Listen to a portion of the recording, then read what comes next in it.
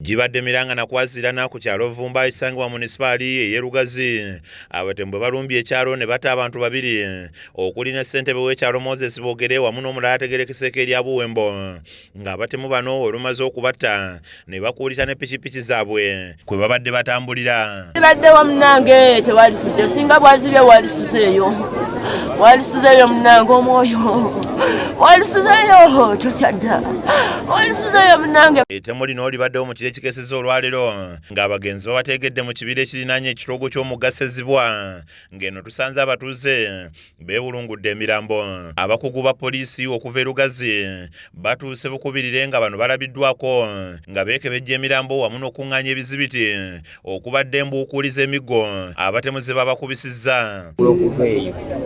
Ekiruka bano babatayiza ku lusozi luno olw'okuba nti olusozi omuntu aba akendeeza sipiidi basobola okutayiza ne basobola okukolako obulabe. Bwana tulina okuyanula emirano giri eri waggulu wala n'emirala giri eri kati wano wonna basobola okufunga ne bakufuna ku ssaawa ze bana ze baba baagali.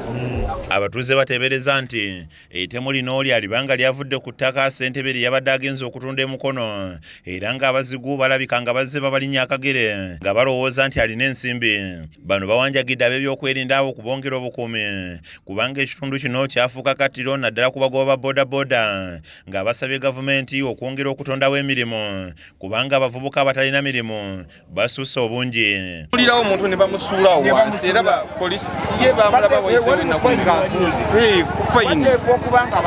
wano wabi nnyo nsiko eno kigulumu tolina weweetaasa. Abantu baffe bakyusiza emitima tebakyayagala naddala abavubuka tebaagala Katonda.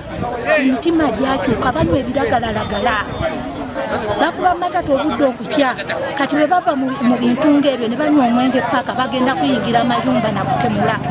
Bannange ku lwa gavumenti ebintu ebimu nze mbivumirira abavubuka balekeraawo okunywa ennyo ebiragalalagala n'okubeera mu bamatatu.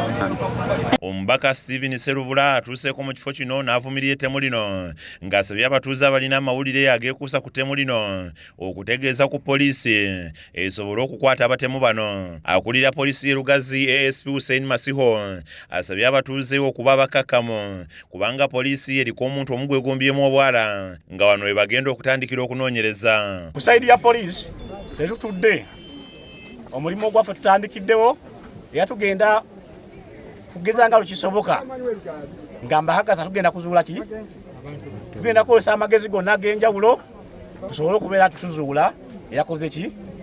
Bwe twogerera nga poliisi tufunyeyo suspect mwana era ali kuki twamukutte dda ateeberezebwa okuba nti yetali mu kikolwa kino. Waliwo bamusanze nga tayimanyi gyagenda ng'atambula butambuzi ku kitundu. Emirambo gyombi gitwaliddwa mu ddwaliro ly'e Kaworo okwekebejjebwa. Kaweesa Po yakusakidde eggulire lino ku lwa KSTV Agaleero.